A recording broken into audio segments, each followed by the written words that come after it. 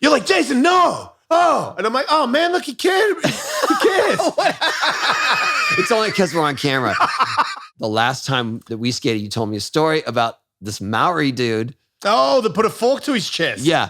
And then I see John, and John looks at Kanye, and John throws up his arms like, I guess if anyone's going to block all the traffic, it's Kanye.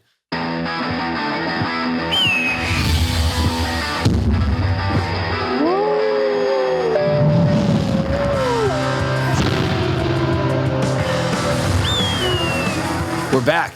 All right. Yeah. Hawk versus Wolf. It's a thing. We're doing it. It's happening. Caca! We were on pause before we even got No, we didn't. released to the world. We weren't? As far as I know, I've been here the whole time. We were here.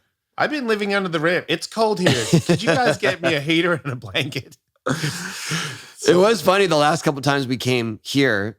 We're at my office in San Diego, where my ramp is. Last 2 times, I came here fully prepared to record.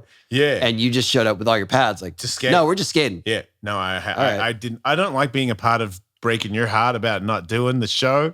Because when they tell me I can't do the show, I'm like, what?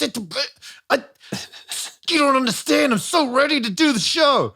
But at the same time, I'm not going to lie, dude. I'm very excited about doing this show with you, but I'm also incredibly excited to skate this ramp with you. Yeah. Like, I feel like I have private sessions with the Birdman, and lately I've been getting hurt, and you've been sincerely concerned about me. And when I watch the video later, it's touching to me. Oh my God. You're like, Jason, no. Oh, and I'm like, oh man, look, he cared. He cares.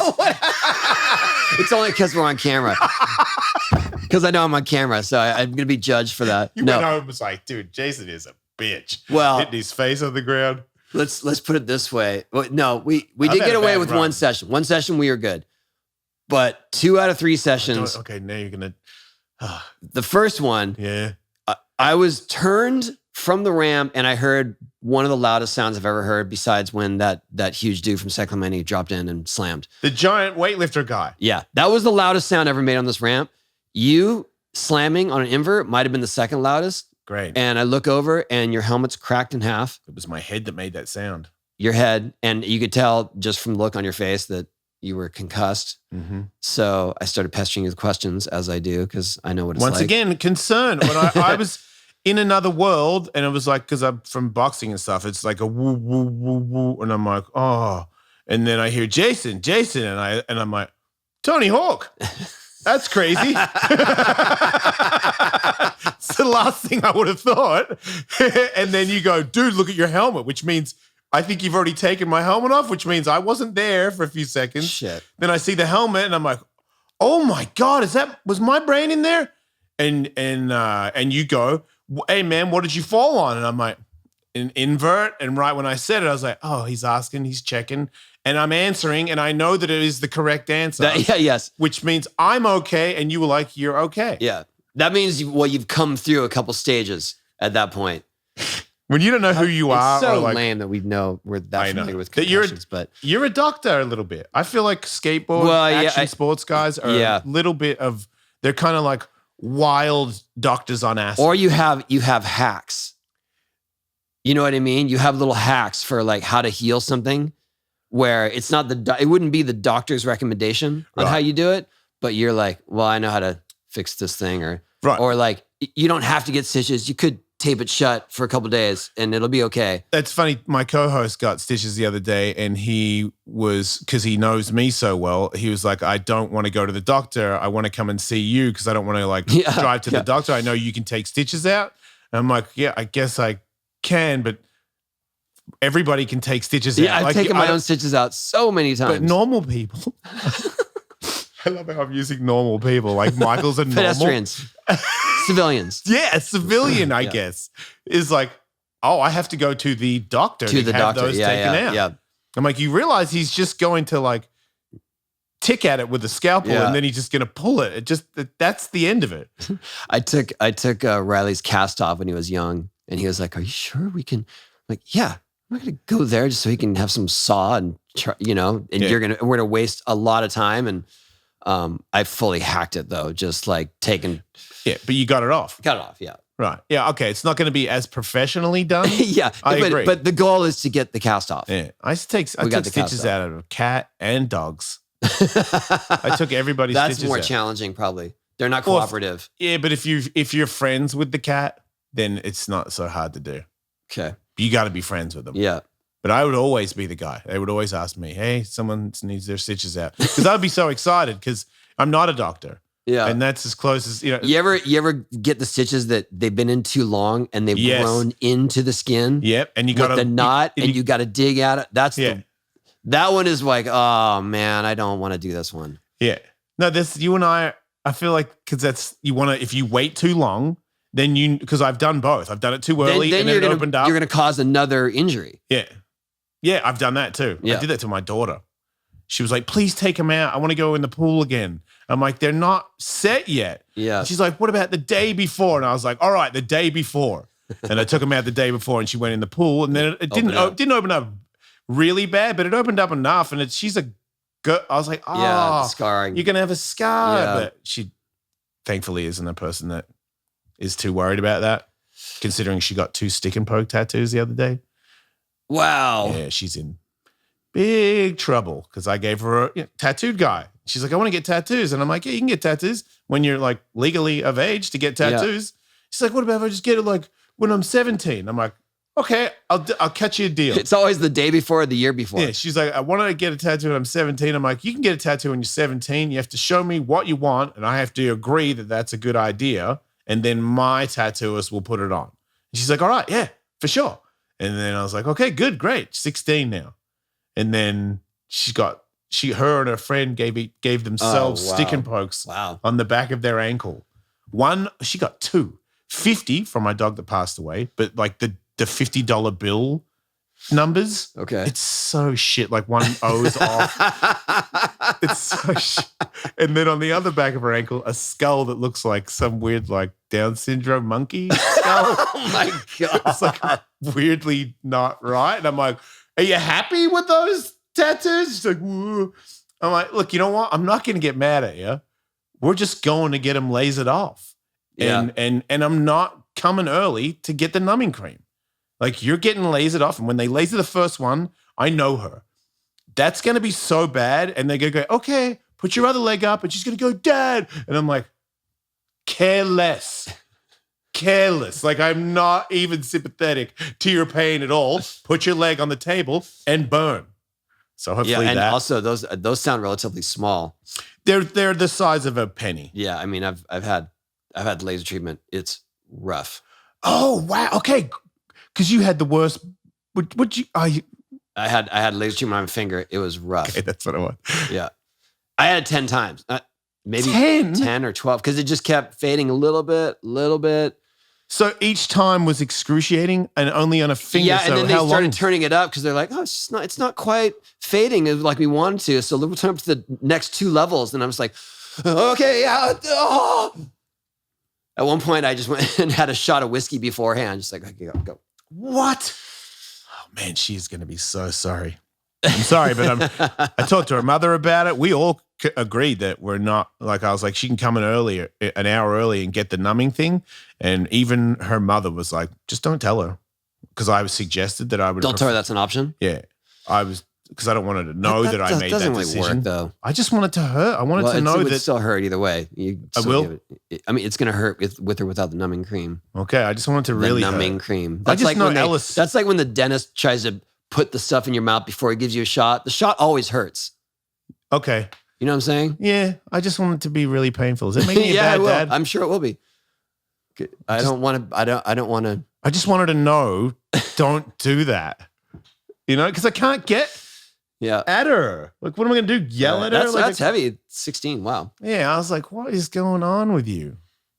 Wow. But I also can't really blame her, you know? we went from you getting concussions to to your daughter getting in trouble. That's where we're at. Yeah. Well, to bring that story back, the last time we skated, you slammed in a way that looked way worse than the first time. Like full worm scorpion to the head on the ground, on the flat, and kept skating. Yeah. Yeah, I'm sore and my dead knee that I got replaced is a bit sore too, but not on the. I'm here. I'm fine. I feel like your technique is we skate. There's a couple things you have in mind, maybe that you want to get back, and then you get those. We completely figured and then out. you get those, and then within the same run, you're like, let's try this one that I haven't tried in years. It's so bad, and then that's when it goes bad. Yeah. No, the video. Right. I haven't done a trick for 10 years, and I did it. And Tony was like, yeah. And I even went, yeah, across the flat. And then I did another trick that I haven't done for 10 years. And I was like, I should probably get off. It doesn't feel right. And did some crazy. Well, you decided to get off when you were already coming back in. Yeah. Yeah, because I hadn't really and made that's why we call it a disaster. Yeah. Well, you're welcome. I've had many friends get KO'd doing disasters. Right. Well, I guess back in the day when people originally because you didn't have you used to not have a nose. It was a lot more amazing lot more to risky. get that in. Yeah, for sure. Didn't you have a riser pad that helped that at one point? I used riser pads just because I used giant wheels, so that was to save me from wheel bite. No. What's the other thing? Oh, the lapper. Lapper. That's I mean, I ran a lapper for a while, but then finally figured it out. Did you run a lapper because Tracker were like, hey? No, I just did it because I just didn't want to hang up. I didn't want to do what you did. That's a really good idea. And we didn't have the knowledge or the skills to be doing that kind of trick. Right. Like the boards weren't made for that. Yeah. Your style of skating was kind of set in, we go forward only. Yep. And if you want to do a rock and roll, you do it with your tail. Right. So whatever. That's your history lesson of skating for the day. Are you sure? I feel like there's a couple more in here. Dude, I've spent the last 3 sessions trying one trick.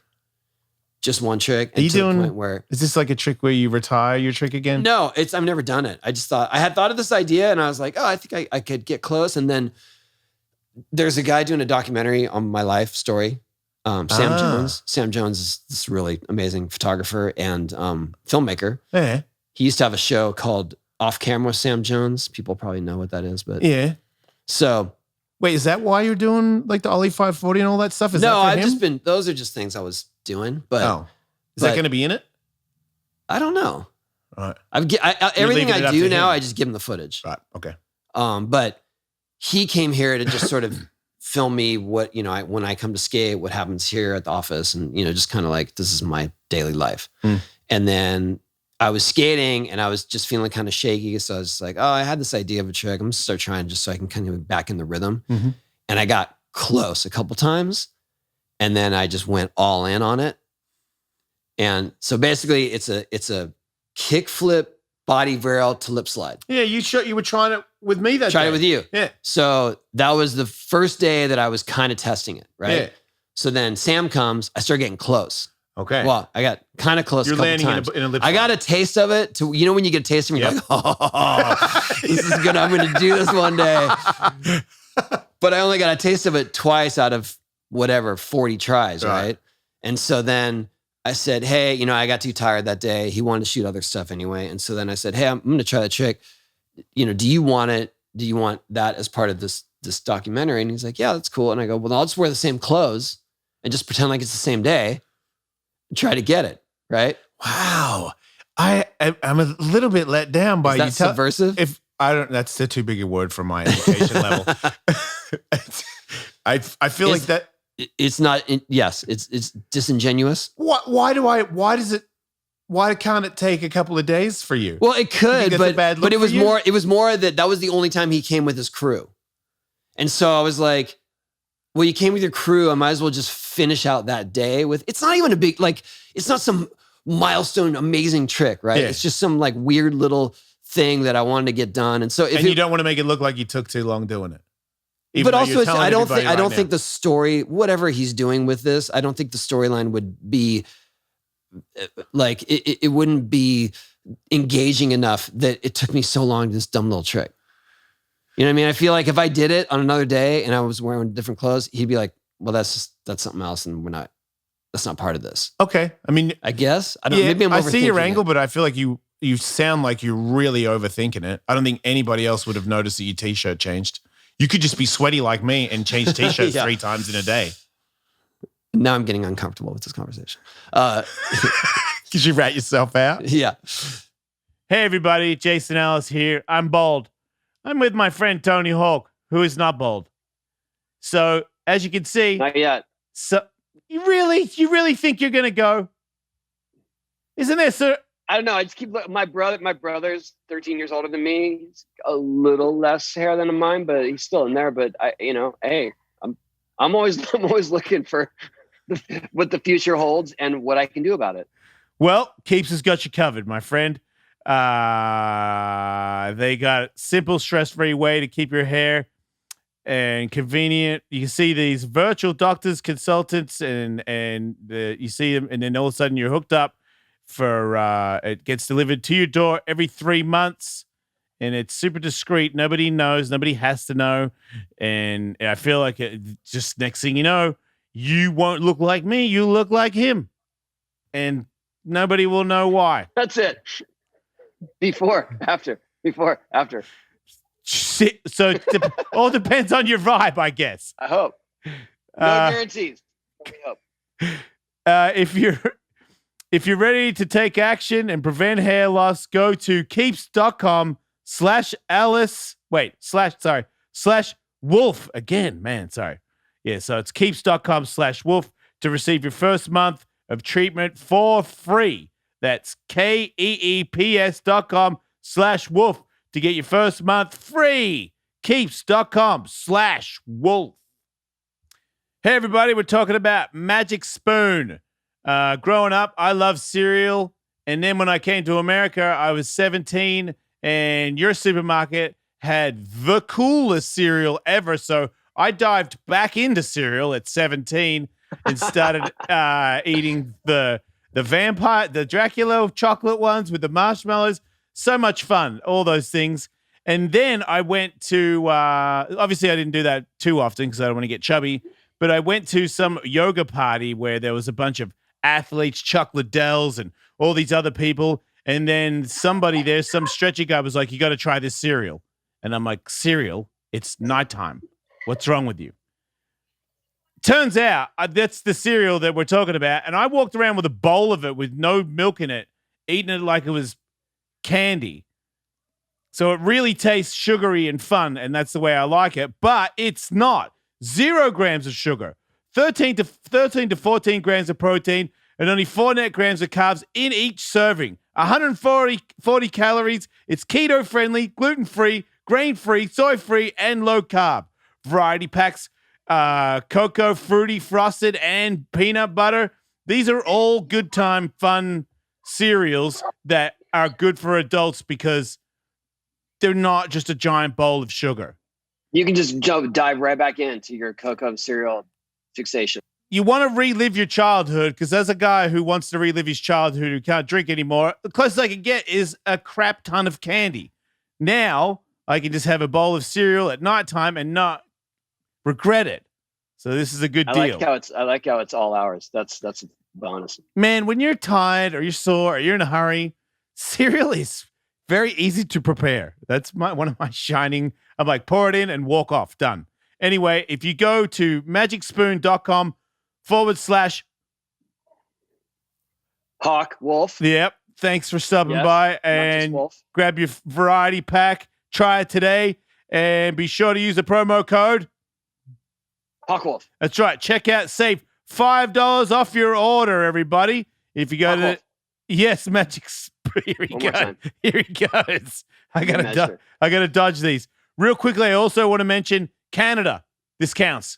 This is you, baby. You're in on this too. So thank you, Magic Spoon, for sponsoring this episode. No, but I don't. Who cares? I don't even like. That's what I mean. It was just kind of like a thing, and it'd be like, and it could just be a throwaway thing. But anyway, what I was telling you is that I went in so hard on it that I was tortured by it. I was just thinking about it all the time. Spent a whole nother day trying it. Didn't get close till the last like 5 tries. Yeah. Which then I'm exhausted. Yeah. Because I figured out a new technique. I hate that. I hate when I think I've got it figured out. My body's like, too late. Yeah. So then the next day I'm like, I got this. I figured it out. Yeah. Got close, maybe a few times. Not really so close that it was like, this is it. But there were times where I was like, if my board flips and it lands, I'm coming in. Right. Doesn't matter what happens. and finally just gave up on it, and I'm over it, and I'm not doing it. But it reminded me. I'm doing it today. The last time that we skated, you told me a story about this Maori dude. Oh, that put a fork to his chest. Yeah. So that's you put why a fork to your chest? No, but that's why I was getting the story, because it reminded me of like, you told me that story and I was like, I wonder if that would have worked. Yeah, for sure. I don't think it would have worked. You should, I feel like you got to tell that story though. He seemed like the kind of person, well, yeah, this person was trying to learn a trick that's not the trick that he's trying to learn. It's a very basic trick. But for him at the time, he was pushing the limits. But he was trying to do a lean to tail. So you're in the air and you hit your tail on the way back in and you sort of drop back in. It's a pretty basic trick.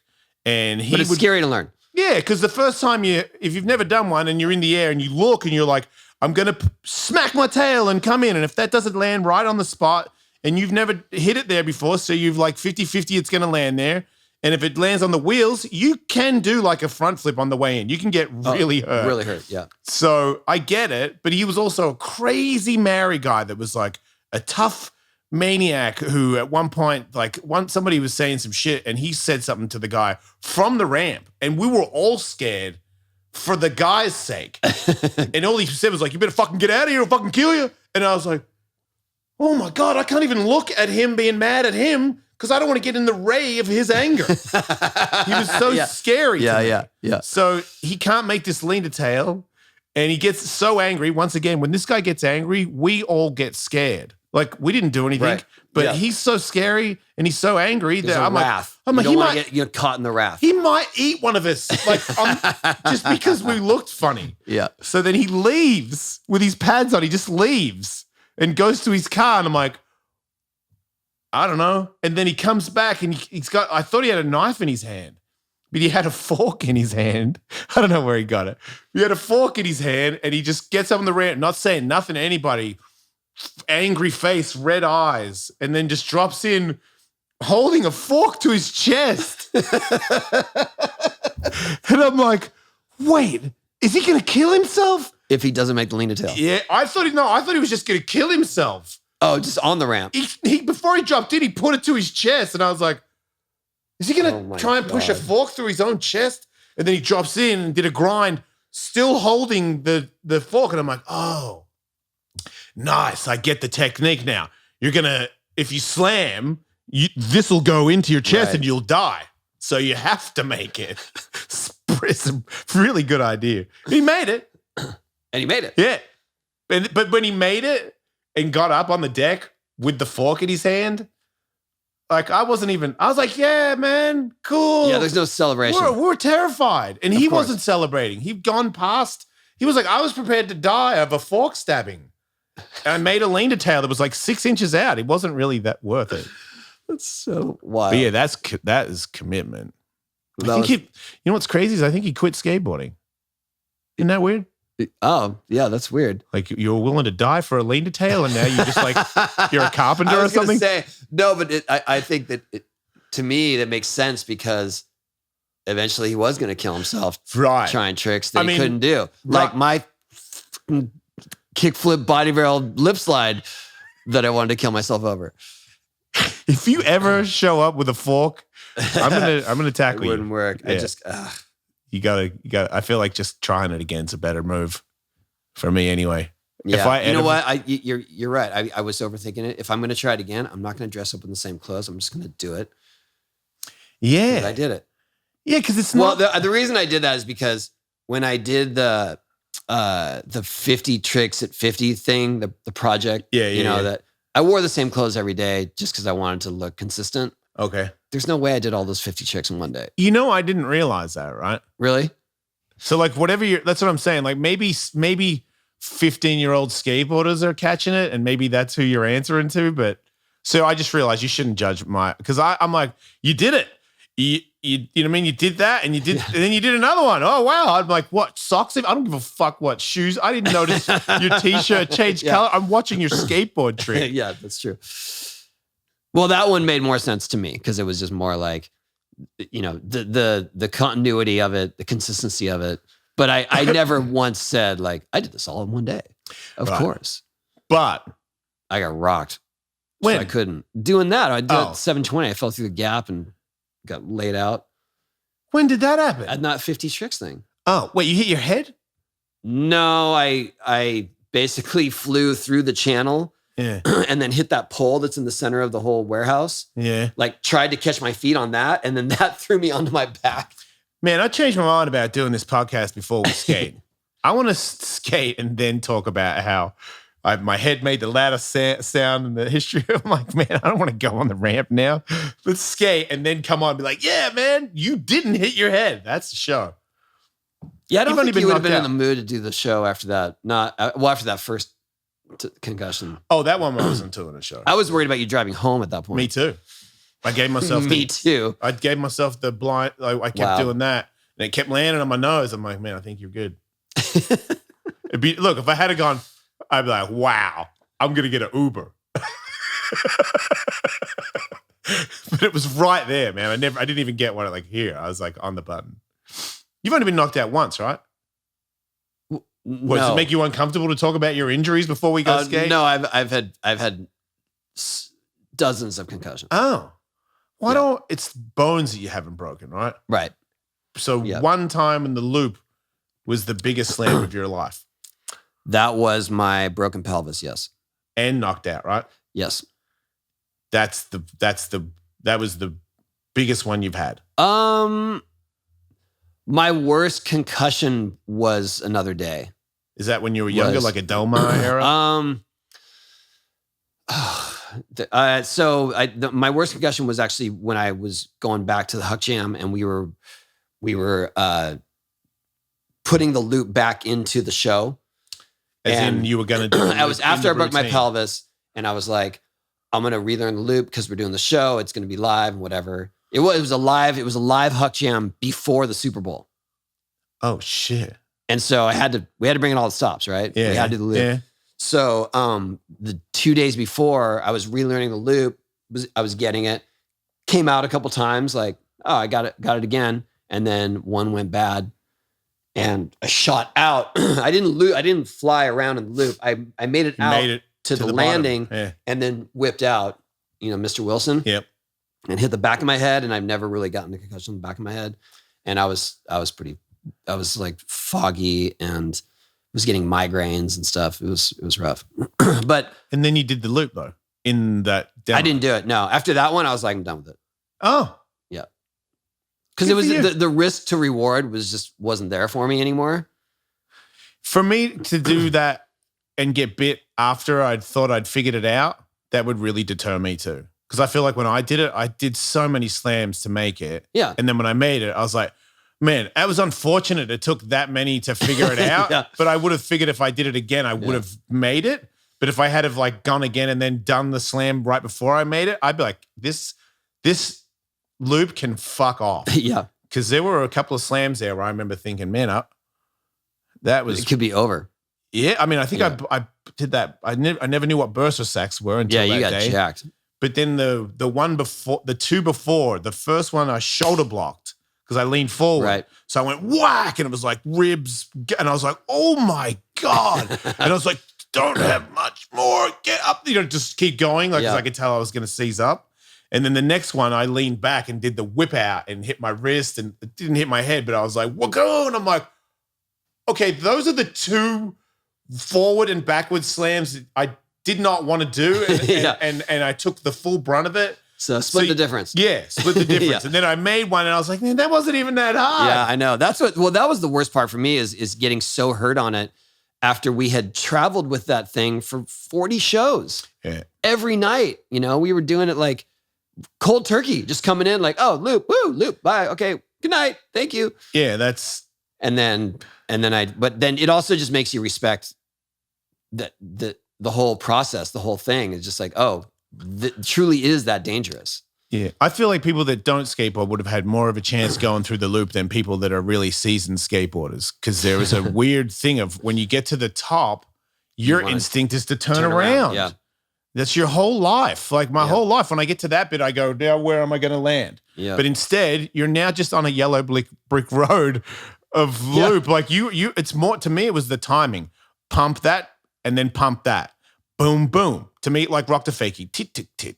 Tit, tit, tit. And I'd hear the beat. If you do tit, tit, you're going to clip your wheels. You got to do the rhythm. So to me, it was you painted a line on the loop, which was very valuable. I was like, don't stay, keep your eyes on the line, because I could feel my instincts. I wanted to start looking over this way. I'm like, follow the line, 1, 2. It's just a carve. Yeah, but it is nothing like actual physical ability. Not like real skating, not like regular skating, right? It's very easy, but the mind. It's very easy, but can be the most dangerous thing you've ever done. Yeah, which makes it's like, people can walk straight down the sidewalk, but if I made the sidewalk where it was 100-foot cliff on both sides, you ain't strutting down the middle of it like you were. Right. Yeah. You're not. True, yes. You know what I mean, if I'm like, what? Dude, you're trying to tell me that if analogy. If you walk to Kmart right now, you can't stay on the sidewalk, you might hit the grass or the road. Right. Then what the hell is wrong with you? But if I drop it off into cliffs, you're not. It's like what's that glass, the fake glass bridge in Tokyo or something where it looks. Oh, yeah. And they do fake breaks. Like when they stand on it, it does the glass cracks. Oh, yeah. Yes. And people are just like, holding on to the side. And I'm like, that's how that is. Like, where they have that, was it at the Palms in Vegas? They have that one pool or club, and you go out and there's a balcony that's 40 floors up or something, and it's just glass. Is that the one with the pool that hangs there, right? There's a pool right there, yeah. That hangs out of the building. I don't remember. You see people. I've seen girls swimming on the outside. That's the next level. Then the one I saw was just like this one area, this glass thing, and you could walk out on it and look straight down. It's like, oh, but it's sealed.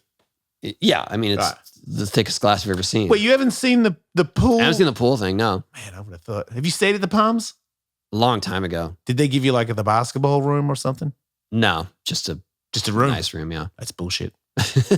I've always wanted to stay at the Palms and have the room with the pool, where the pool goes off the building, so that you swim and you look down, and the floor's clear and you can see. That's an actual room? Yeah, there's like 5 of them. Wow. But you elevate every now and then. I've been to a party back in my younger day where I was like in an elevator and the pool had like girls. I'm like, wow, those guys are having a good time. That is the next level. I was like, I'm in the elevator with a bunch of dudes. What the hell? Whoever they are really cool. I remember thinking that. Hey, you know what? What? I got big news. What? Ellismania is going to happen again at Virgin. At Virgin? Because you know how it was the Hard Rock and the Hard Rock's gone? So what is it now? It's the Virgin Hotel. Oh, really? Yeah. It's awesome. And when? It's about to reopen. And when they reopen, they're going to promote that in October, Ellismania is back. So wow. I'm very excited about, I guess it's called the theater. It's one of the first public events I've heard being scheduled. Well, that's their thing. They're trying to book people to show that, yes, we're in our grand opening, we will start doing all different kinds of shows. Yeah. So congrats. Yeah, I'm really pumped on it because it's been years since we've been in Vegas. And when you're in Vegas doing it, it's so much more official. Like I did the ones in Texas and it's more, you get to meet people and like spend time with them. So I guess in a roundabout way, it was kind of better because I see the people that have supported me all the years. And it's like crazy stories. There's kids named after me and shit. And I'm like, wow, this is weird stuff. But I feel like at the Hard Rock, you don't get to, it's too much. Like there's always something happening. And it's like, hey man, I love you. And I'm like, cool, thanks man. Like it just seems like that all the time. Well, yeah, but because you're the ringleader. So you have to be at every stage of the thing. Right. But the one in Vegas is like a 3-day, I'm catering to all of your entertainment. Since you wake up until you go to bed, Jason and his friends are going to be around juggling some entertainment for you. In Texas, it's like Saturday night, everyone's getting punched in the face. Everything else, you're on your own. So you know what I mean? Every now and then I'd be in a restaurant and someone's like, yeah, Ellis. And I'm like, all right, that guy's going to be at the event tomorrow. So which one do you prefer? Well, I started to like the ones where I talked to people and it was quiet, but then I started to realize that I did not appreciate how glorious it was at the Hard Rock. Right. Like at one point, I was saying, I was telling a story about how I kind of felt this is what it's like to be Tony Hawk. And I didn't really like it that much. I was like, when it got really big and I was at the Hard Rock. Because you can't you can't engage with everyone. Yeah, everybody starts talking at the same time. Yeah, it's hard. Yeah. And it's like goes. Well, you just feel bad. Like it's not that you don't want to. It's just you can't make enough of yourself available to everyone. And then you feel like, oh, they just saw me in passing, or I couldn't even like high five that dude. And that's weird. You bring a thing that I notice at airports where people can't stay them. You know what I mean? They're freaked out. You got them all giddy. So now and then you put the Vegas and the Hard Rock in it, and now and drinking. They're probably drunk and now giddy, and they're like, "Wah!" You know, and I'm like, "Oh, dude, yeah, you're just gonna stretch the neck of my t-shirt out." Like, man, you don't understand. I really don't like when people do that to me. You know what I mean? But he's a fan, and now I'm like, goddamn dude, touch my t-shirt. I remember the day I kind of decided, okay, I can't just go to bars anymore. Right. Because they freak out. Well, also it's just like, dude, Bones Brigade. Right. You know, like because they have, but what also is that if someone is OG skater like that, then they think they have a special connection to you because they've been doing it for that much longer. Yep. And then it's like, dude, Cab, Delmar, you know, and I love it, but at the same time, it's overwhelming, and it just gets tricky, and you have to, I don't know, you learn it, like you learn to navigate your way around that stuff, but it still feels, you know, that you're cheating someone of an interaction. It's a weird thing to see that there's too many people for you to pay attention to one person, and that none of those people that are involved in this are catching that. Right. To me, when I'm like, yeah, man, that sounds cool. And this other guy's like, fuck it. And I'm like, hey, man, hang on. I'm trying to, and neither one of them, both of them just think I'm an asshole. Yeah. Because I'm not like going you can't win. Yeah, 100%. Sure. I'm like, hey, man. And this guy's like, babe, you got to fucking sign my wife's Diddy. And I'm like, who says that into someone's face while they're talking to someone else about like their kids or something? Like, don't say titty yet. You know, like, wait a second. So like there was times there when I was in Vegas with my my children's wife where people shouted stuff from like across a parking lot that was super inappropriate stuff but that you would only know from the show. Right. You don't yell over a sea of people. And I'm but like, that is, but although I got to be devil's advocate, that was your brand. Yep. And that, you know, you were talking about the raw stuff that got people excited and got them to your event. Yep. So, okay. Well, that's all. Yeah, that's all I'm saying. I understand. I can't remember what it was. But I also understand their perspective.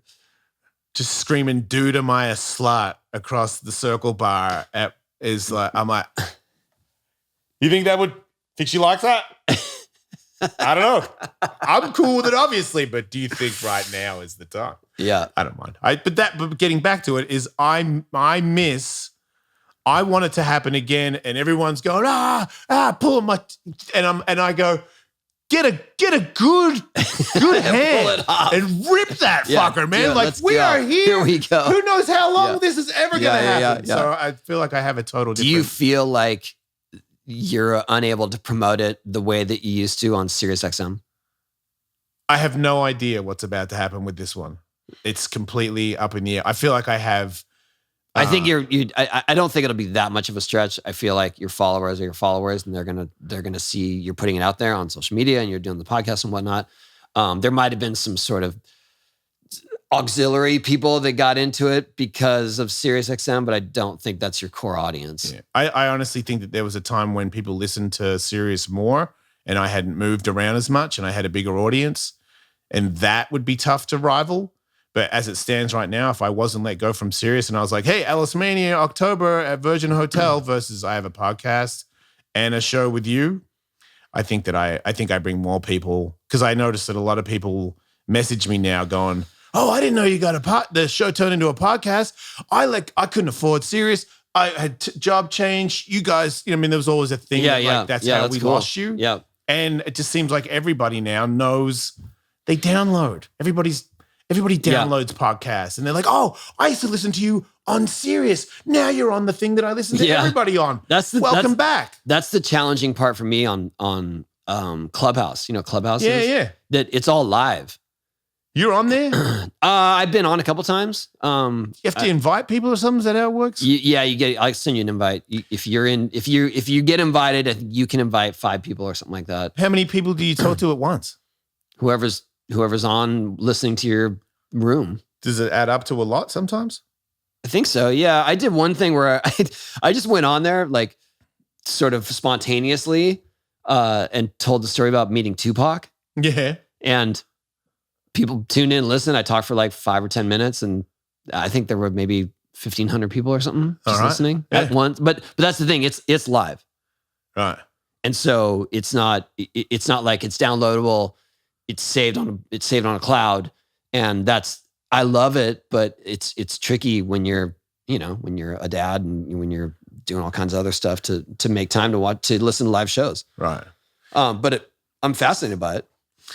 Yeah, I've noticed from the Patreon shows that I do that, it's at this time. And if it varies, people are like, hey, man, like, can you make sure you tell us exactly what time? Right. And I'm like, okay, so if it's live, you've really got to show up the same time every day so people can get their little pattern of how they fit you into their day. Yep. And it just takes time. Like, I already knew this. I've already done this. I've already built it with a company that was like, we have no intention of building anything with you. You're a DJ. Shut up. Yeah. And I accidentally got people to talk about it. And the CEO was like, wait, there's that many people talking about this dude DJing? I guess we'll take a meeting with him. I need to talk. Stop playing music. Yeah, I guess we'll let this dude do that. Everyone seems to like. So to me, it's like, do it again. It's just, can you do it? Can you rebuild. Do it again? Yeah. We will build him better. We build him. That's how I see it. I feel like it's good to be kicked in the dick. I've always said that. Started at the bottom, now we're here. And now we're back at the bottom. I know. And now we're gonna get back here again. But it's gonna work out. Speaking of, did you see our whole Drake thing for Birdhouse? No. Oh wait, yeah, because he ripped you off. He took a. No, okay. Here's what happened. I'm not supposed to say. Okay. No, it wasn't that. It was. He bought one that wasn't Someone yours. took a photo of him in a Birdhouse hoodie, and I didn't remember that we ever made that colorway, and the drawstring was like really different than anything we'd ever made. So I was like, I guess that's a bootleg. I don't know. And I know that he has people around him buying his clothes and stuff, and so people were sending me the photo, like, check out Drake. I was like, oh, that's cool, like. That's awesome. Yeah. I'm hyped. I don't care if it's fake or not. Like, it's cool that he's got a Birdhouse shirt on. Yeah. And so we just made that shirt. Same colorway. Yeah. Like that same hoodie, same logo, everything. And when I announced it, I was like, oh, I saw Drake wearing this bootleg shirt that I thought it was bootleg. And so we just made them. And then we started like Complex picked it up, and other people were talking about it. And then we just started selling them. That's awesome. It was awesome. Yeah, it was funny. But then the guy who sold it, he's a reseller collector, and he's all mad at me. The guy that actually sold it to him. He's mad at you. He's mad at me because I said it was bootleg. Oh, but it is. It wasn't actually. This guy acquired it. It didn't have a drawstring because it got pulled out or whatever, and then he put a drawstring in it. Oh, that's one-of-a-kind custom one that he made. No. The shirt was from the mid-90s. From Birdhouse, 97, 98. Yeah. But it didn't come with a drawstring. This guy collects all that stuff. He does a lot of skate stuff. Okay. World, Toy Machine, Birdhouse, whatever. Okay. So anyway, I apologize to that guy for not knowing that it was a legit, Is he OG okay? shirt. Well, he was just upset with me. He's just like, you don't even know you're making whatever. Did he accept your apology? I don't know. I think we're past it now. And by the time this airs, we're going to be way past it. But I mean, you still have a really good argument. It's your house. Yeah. But it was just a funny little thing that we just kind of harnessed. We're like, well, let's just make it. If I'm like, maybe you should have thought of, promoting that hoodie before Birdman did. And then you could have sold some, but. Oh, no, that's not, whatever. Anyway, it was just this funny thing that happened. And then I guess all the people that Drake surrounds himself with are hardcore skaters. One's like supposed to be a really good skater. Okay. And so. Does Drake skate? I don't think he skates. He boxes a little bit. Oh, yeah? Ain't that bad. I mean, for a pop star, seems like he gets into it a little bit. Yeah. Hey, you know what? I've only had good interactions with him. Oh, you know him? No, I just mean like not directly, but like he got tickets for my kids to a concert. Oh, really? Gave them to him. Yeah. So, and that thing. You like, never spoke to him though? I have not spoken to him. Has he reached out about the hoodie thing or? He didn't, but from what I understand, his crew thinks it's funny. It's cool with it. How could you not think it's cool? Like he knew what he was wearing, correct? I believe so, yes. Right. So. But I don't have confirmation on any of that. I don't know. I know, but you would have to think somebody who's that up to speed with what's happening in the world. Sure, yeah. That you would have, and you've got a bird. And if he was into skating at all, that was the era that probably he would have been interested in it. Oh, yeah. You know, like late 90s. Oh, yeah, okay. It's kind of like Fred Durst. When I met Fred Durst, he had a pocket of skateboarding where I was like, oh, yeah, I'm from your era. Like, right. He was like, yeah, Madonna's. And I'm like, yep, I was doing Madonna's. And he's like, yeah, then I just, got more into music. And I'm like, right, well, you when you're at Madonna stage, you can make a choice in the early 90s. You could be like, you might make it. See, Fred Durst was a massive Bones Brigade fan. He was, right? Yeah. So when we did that, we rebuilt the Animal Chin Ramp up in Woodward. Yeah. And brought the whole Bones Brigade there to skate it and hang out and whatever. Fred was the first one to sign up for a VIP experience. Okay, so there was. So we offered it through the foundation, like, hey, the Bones Brigade is going to be here. We've recreated the chin ramp. If you want to make a donation, then you can hang out for the day. He was the first one. So he just hung out watching you guys skate? Yeah. Did he try and skate? I think he did skate a little bit, yeah. The ramp? Yeah, I mean, he's just faking. He has a mini ramp at his house. Oh, he wasn't doing Madonnas, but, he was skating a little bit. I get it, man. If you leave it for too long, it's pretty hard to come back. Yeah, but I mean, I just was thankful that he's a supporter and that he was a fan. He always has been. He's always gone to your charity events, right? Yeah, but a lot of that, when we used to do the charity events in Beverly Hills, a lot of that was because so-and-so knows so-and-so is going to bring so-and-so. It wasn't like I never knew who was a real skate fan or not. Okay. Because, I mean, Diddy was out there once, you know, and he didn't seem like he skateboarded a lot. Right. Right. Or watched the demo that was like 3 feet away from him. Hey, I was stoked. Stoked he was there. His kids watched it. Yeah. I mean, Lars Ulrich came. Yeah. Dude, it was a bevy of celebs for a while. I feel like Dana White was friends with me because I was at the Tony Hawk thing and he was like, if he's here, he can't be that bad. Yeah. And then he figured it out. The one regret I have from all those days because, we did that every year in Beverly Hills for almost over 10 years. Yeah. And we had to keep stepping it up. So it was like, we got to get, we had Jane's Addiction play. We had Modest Mouse play. We had Black Keys play. Like we're always outdoing each other and outdoing the year before, but it got to be a lot of pressure. But on one of the last ones we ever did, right when the day would start, we would do a VIP autograph signing for the people who paid more to come and hang out and see and like get autographs and hang out. And the thing had just started, and this dude comes over and he's like, "Hey, Joaquin Phoenix is here." I'm like, "Awesome." He's like, "He wants to meet you." And I'm in the middle of signing my name, like, and there's 150 people in line, and I'm like, "Dude, I can't leave this." Yeah. But I would love to meet him if he doesn't mind hanging out. And then I guess he sort of hung out like around the back of where we were for a little bit, and then it just took too long. He bailed. Right. He came to the event just to say hello to you. I guess. Not to like auction or look at the demo or I don't know. I don't know. Like maybe he made a donation. I don't think so. Man, that's busy. But I just felt like I was like, oh man, if he was here, like if he'd been here a half hour before that, or if he'd been here an hour later, I would have been free to roam. Yeah. But I just always like, man, because I really like his work. That's why I was super excited. I from back in Parenthood when he was the kid in that movie. Like, oh dang, I've watched his career. I think he's incredible. Why don't you just call him and go to lunch? Can't you guys do that to each other? Doesn't it work like that? I don't know. I'm not one of them. Is that the Illuminati thing? I did not accuse you of drinking babies. I'm saying no. I don't really have a connection. Giant and it's not celebrity. Well, don't it's you not guys like just say, "Hey, I guess, yeah." We would have a mutual connection, yes. But I don't like it. I don't like. I like when it happens organically like that. I don't like that. Just because I have some level of fame that I can just reach out to some random other celebrity, like, hey man, let's hang out. I completely understand That's where you're super coming weird. from. I know it, but it's also not as, it's weird from, you're talking about, you're living in this weird era world where the rest of us live, and you're being respectful to that when that's just not the case. But you could easily tell him like, hey man, you want to go to lunch? You'd be like, yeah. And then you could tell him about how you thought he was fucking awesome when he was a kid and now he's awesome.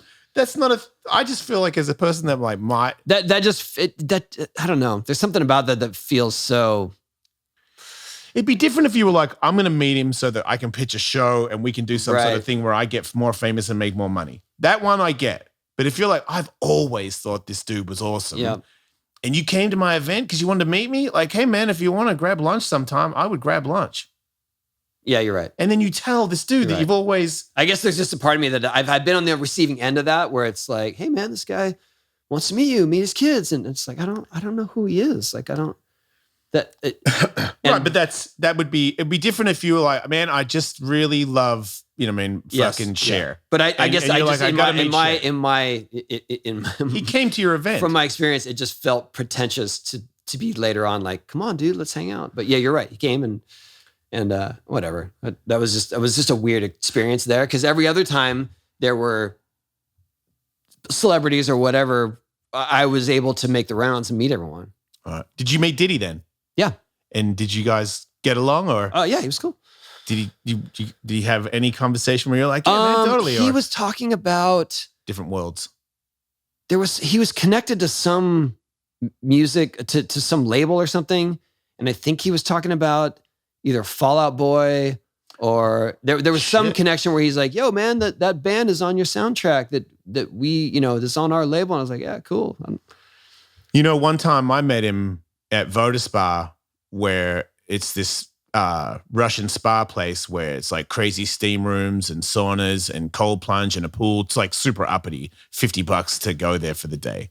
And they kind of liked me, so they gave me a discount, and I would go there before the show all the time. And I would go there, weekdays in like lunchtime. So there's nobody in there. Oftentimes it would be just me. And I'm like, this is pretty awesome. So I go in there like I always go in there, and there's a dude with the Bluetooth thing on talking, and there's signs that say no phones. And I'm like, who the fuck is this asshole?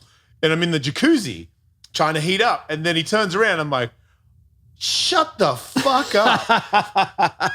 It's P. Diddy. It's me and Diddy at Voda Spa. I'm like, that's crazy. And if anyone's going to be on the phone and everyone's going to be okay with it, it's probably Diddy. I'm not going to tell Diddy to get off the fucking phone.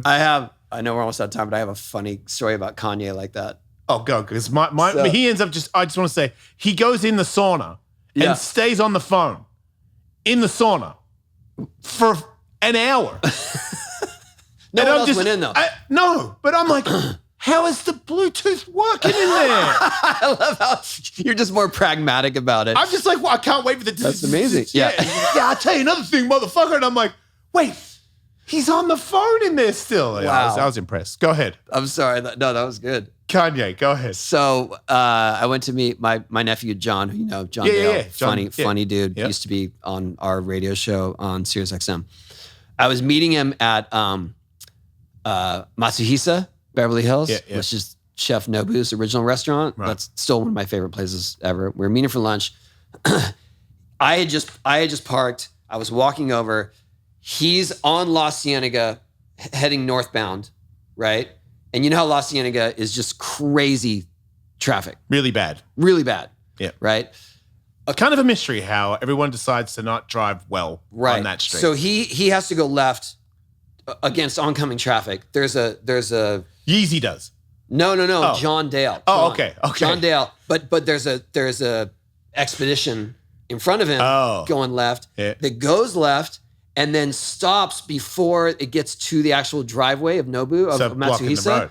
So almost blocking, and he goes because he thinks they're going to the parking lot. So he goes. So now John is blocking all traffic on La Cienega. Okay. Right. And I go up to the car to tell them to move because I'm like, dude, you're like, this guy's coming up behind you. Yeah. And then the door opens, Kanye walks out, and I stop because I haven't gotten to the car yet. I stop. I'm like, oh. And then I see John, and John looks at Kanye, and John throws up his arms like, I guess if anyone's going to block all the traffic, it's Kanye.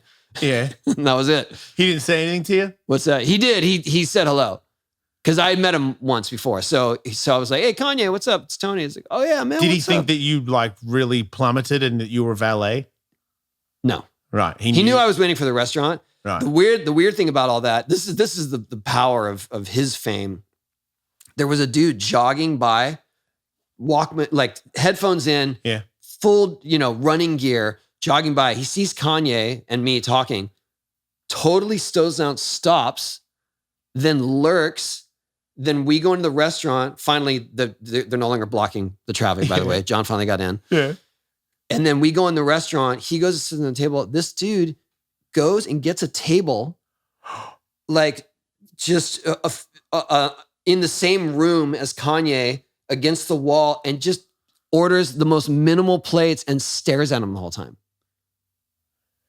So weird. Like, John and I are at a table that we were actually meeting someone else there. So we're at a table and we're just watching that dude. Like, that dude was on a run. Yeah. And now he's eating some of the most expensive sushi so that he can stare at Kanye. For the story. I guess. I mean, I can't believe, to me, I'm like, oh man, surely there must be something better in your life than staring at Kanye. But I don't know. Like, maybe. And Kanye was maybe clearly, that is the coolest. Kanye was there clearly meeting like some young music dudes. They were just in their conversation. It wasn't like he was doing anything outrageous or he was gonna. Yeah, but he is snap, Kanye existing. I guess. I mean, as a person that like, I never had I'm not even you. Sit down just to stare at me at a restaurant. Okay. I wasn't gonna say it, but when you were talking about the nightclub thing on the Tony Hawk tour, I remember watching. I was a big drinker back then. And I loved you, dude. And I was in the club and I was watching groups of people get closer and closer and not happy about you because all the girls in the bar really liked us and especially the head of us, Tony Hawk. So I started to see guys like, fucking skateboard, blah, blah, blah. And I'm like, oh, okay. And I'm like, this is a problem. I put my drink down and stood there for like an hour and a half going, fuck, I don't know if I can take that guy, but if that guy goes first, I guess I'll fucking hit him with an ashtray. Maybe I can get Tony out. I love how you're planning it all out. I did it. Look, I watched a couple of groups of guys drinking more and looking at you the whole time and going, fuck, man. And I'm like, well, that's a different experience than this dude with Kanye. But I'm just telling you, famous people make people react crazy. Yeah, it's weird. Oh, well, I'm glad we both of us have evolved and grown beyond that, but also learned that, like, yeah, you just got to keep mellow. If you stop jogging and you stare at me and then you go to a sushi restaurant and look at my face, I'm gonna be like, this guy is my guy.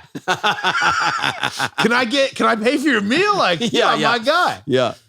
It's different stages of your career. I see how it is. But people attacking you and freaking out. You don't attack people and freak out. He's on TV freaking out on people all the time. So if it happens to him, I don't feel that bad. For you, I never seen you on TV going, fuck man, I can't take it anymore. You know what I fucking, you know what the problem is with everything? Like, I've never heard you say that.